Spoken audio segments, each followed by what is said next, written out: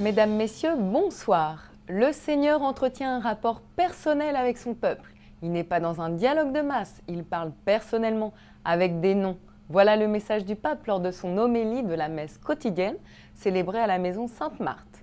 Pour communiquer avec la grandeur du Seigneur, il nous faut donc préserver notre petitesse, nous dit le pape.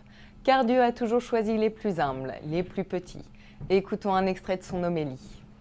La fidélité chrétienne, notre fidélité, est simplement de garder notre petitesse pour qu'elle puisse dialoguer avec le Seigneur. Garder notre petitesse.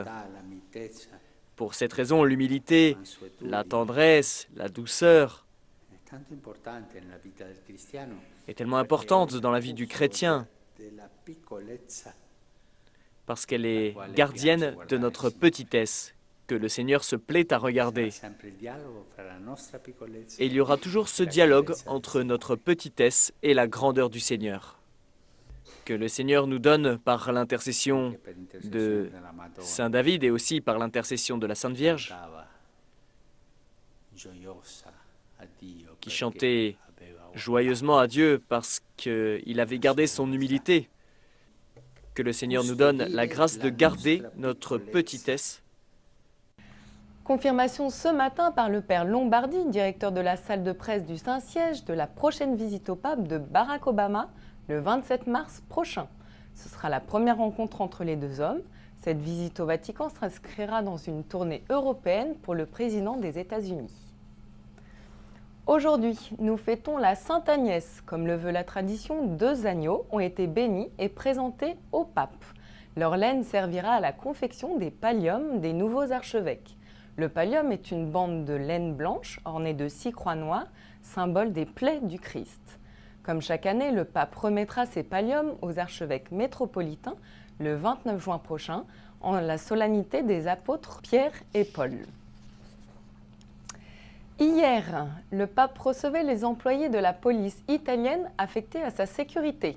L'inspection de la sécurité publique, créée en 1945, a pour mission de veiller à la sécurité du pape et aux établissements du Saint-Siège. Le pontife les a remerciés pour le service accompli, leur vigilance attentive et leur gentillesse. Regardons un extrait de cette rencontre. J'espère que le temps passé au service du Vatican est pour chacun de vous une occasion de grandir dans la foi, a dit le pape François en recevant le personnel de l'inspection de la sécurité publique italienne près le Vatican. La foi est le plus précieux trésor que vos familles vous ont confié, que vous êtes appelés à transmettre à vos enfants. Il est important de redécouvrir le message de l'Évangile et de l'accueillir en profondeur dans sa propre conscience et dans le concret de la vie quotidienne, en témoignant avec courage de l'amour de Dieu dans tous les univers, même dans celui du travail. La conférence de paix sur la Syrie, dite Genève 2, aura lieu demain, le 22 janvier. À cette occasion, le patriarche des Grecs melkites, Grégoire III, basé à Damas, invite chaque chrétien syrien à prier pour le succès de cette conférence, pour que cette rencontre internationale débouche sur des avancées concrètes, notamment la mise en place d'un gouvernement de transition. La question reste cependant de savoir qui représente vraiment la population syrienne aujourd'hui. Pour le patriarche, la clé du succès est une réconciliation nationale basée sur la foi, sur les droits fondamentaux et sur les valeurs propres au peuple syrien.